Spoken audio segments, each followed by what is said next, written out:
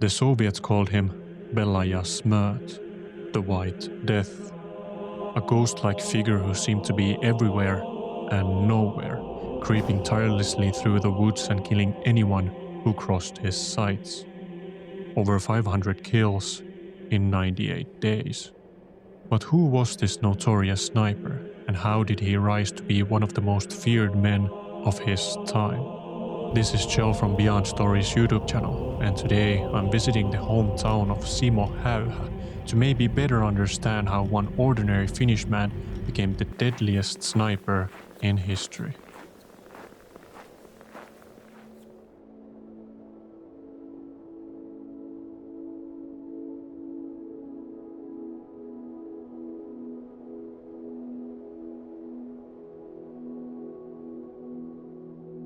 We have now arrived here in Rautjärvi, or to be more precise, Miettilä, which is in east of Finland and like a 3-hour drive from Helsinki.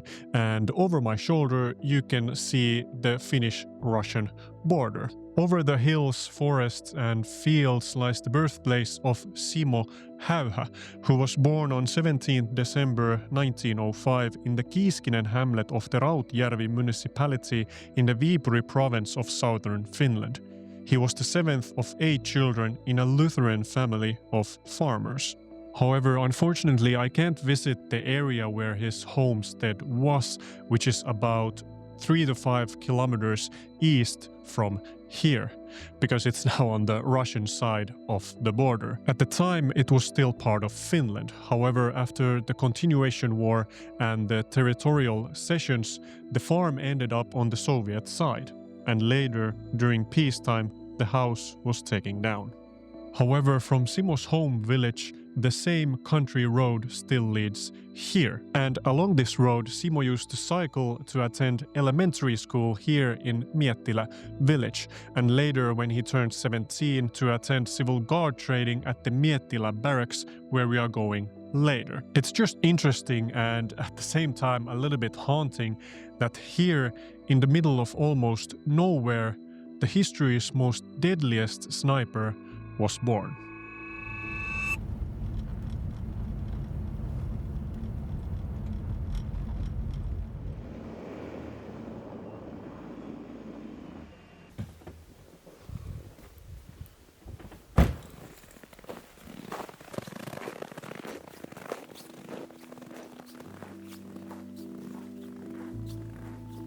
As I said earlier, Simo was born to a big family of 4 brothers and 3 sisters. However, sadly, death was a regular visitor in Simo's family in his adolescent period of life. 2 of his brothers died when he was still young, one in the Civil War and one of sunstroke, and one brother was wounded in the Civil War. So Simo kind of got used to death being part of his life from an early age. And speaking of early age, we have now arrived at his elementary school here in Miettilä, or in Finnish, Kansakoulu, where he studied for 4 years.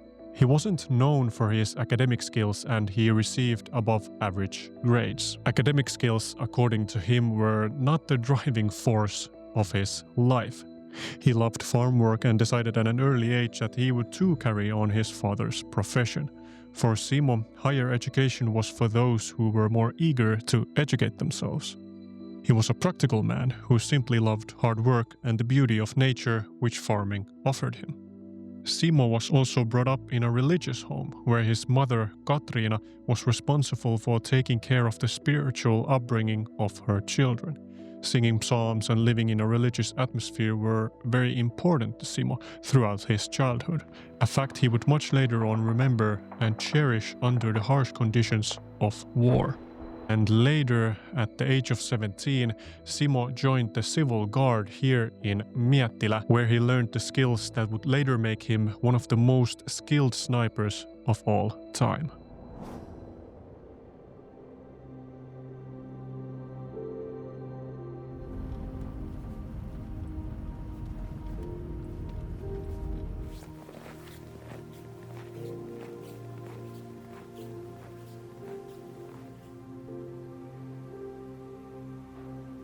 Back in the 1920s and 30s, there was an opportunity for young Finnish men to participate in civil guard activities, basically regarded as a convenient hobby for a culture that valued and prioritized farm work above all other occupations. The civil guard consisted of men who considered themselves patriots, and they trained men like Häyhä to be prepared for when Finland most needed them. In these barracks, the Rautjärvi Civil Guards light machine gun squad that Simo Häyhä joined had all kinds of combat and military training. One of them was target practice, aka shooting. Simo was very fortunate to be educated in the art of shooting by older, more experienced members of the Civil Guard. Many of these men were veterans of the 1918 Finnish Civil War and understood what was required of a soldier on the battlefield. The men taught Simo everything about shooting, such as proper firing position, handling the rifle, aiming, breathing, proper squeeze of trigger, and how to maintain his weapon. Simo distinguished himself during the 30s as the elite shooter of his platoon during various regional civil guard competitions. He was especially skilled with the brand new Suomi submachine gun, and with this gun he won numerous regional championships. When he participated in his first competition without having practiced in the 1930s, he shot a score of 93 of 100 points from a distance of 300 meters. And Häyhä did his conscription, aka mandatory military training, which I have also done, back between 1925 and 27. He was promoted to corporal, and after that he returned to his family farm. So throughout the 1930s, Simo was in the civil guard but also enjoyed hunting in Rautjärvi. Simo learned the skills of a hunter and trapper by some older men in these areas and became a skilled hunter. But as time went forward and the tensions in the world grew and the dark clouds were seen above the Finns, the Winter War was on its way.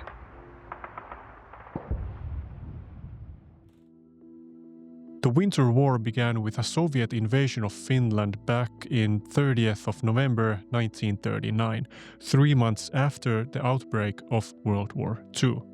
Simo was sent to defend his country, and in the early days of the war, his company commander, Lieutenant Juutilainen, discovered Simo to be an excellent shooter, so he did not assign him to a specific squad, but rather made him a sniper. Häyhä was given a Finnish Mosin Nagant M28, an excellent sniper rifle, and unlike his Soviet opponents, he preferred iron sights rather than a telescopic sight. Iron sights allowed him for a faster target acquisition, and the glass of a scope could easily fog in winter conditions. A scope could also reflect light, potentially revealing Häyhä's position. This same mindset also shaped how he operated in combat. And Häyhä knew the natural environment well and used it very effectively in combat. For example, he moved into his carefully prepared firing positions well before dawn and left them only after sunset. He carried sugar cubes and pieces of bread in his pockets to give him energy during the day, especially when he had to remain completely still in his position for hours at a time. He also developed shooting tactics and techniques especially suited for harsh Finnish winter conditions. And I just want to say that right now it's almost minus 20 degrees Celsius, but during the Winter War, the weather and the degrees would plummet under minus 30 degrees Celsius. So I couldn't imagine sitting still in that kind of weather for the whole day. Just incredible. Among other things, he froze the snow in front of his position with water so that it would not scatter when he fired, and he kept snow in his mouth to prevent his breath from forming visible vapor. His heavy clothing helped steady his pulse and breathing. Häyhä's small physique size was also an advantage when hiding from the enemy. With all these skills and methods combined, Simo Häyhä, the White Death, the magic sniper, killed over 500 Soviet soldiers in only about 3 months of combat. On the most successful day, he killed 25 Soviet soldiers, and when he returned to base, he would just say under his breath, 25, meaning 25 to the officers who were in charge. Because of this one man, the Soviets began beefing up their own counter-sniping activity, especially after Häyhä's kill tally gained him both fame and infamy. If they suspected him of being somewhere, they would order artillery strikes in his general direction in the hope of finally neutralizing him. And one day, they kinda succeeded. On March 6, 1940, Häyhä was caught up in the middle of a renewed Soviet offensive against Kolla. Fighting with the regular troops, Häyhä had again killed at least a dozen that day, when an exploding bullet hit him in the jaw and ripped his lower face apart. Saved by his comrades, he was dragged out of the fighting and into a hospital. He spent several days in coma, and when he awoke on March 13th, peace had been signed. The war was over for both him and Finland. But the memory of war and the struggles of life stayed with him until the end of his years.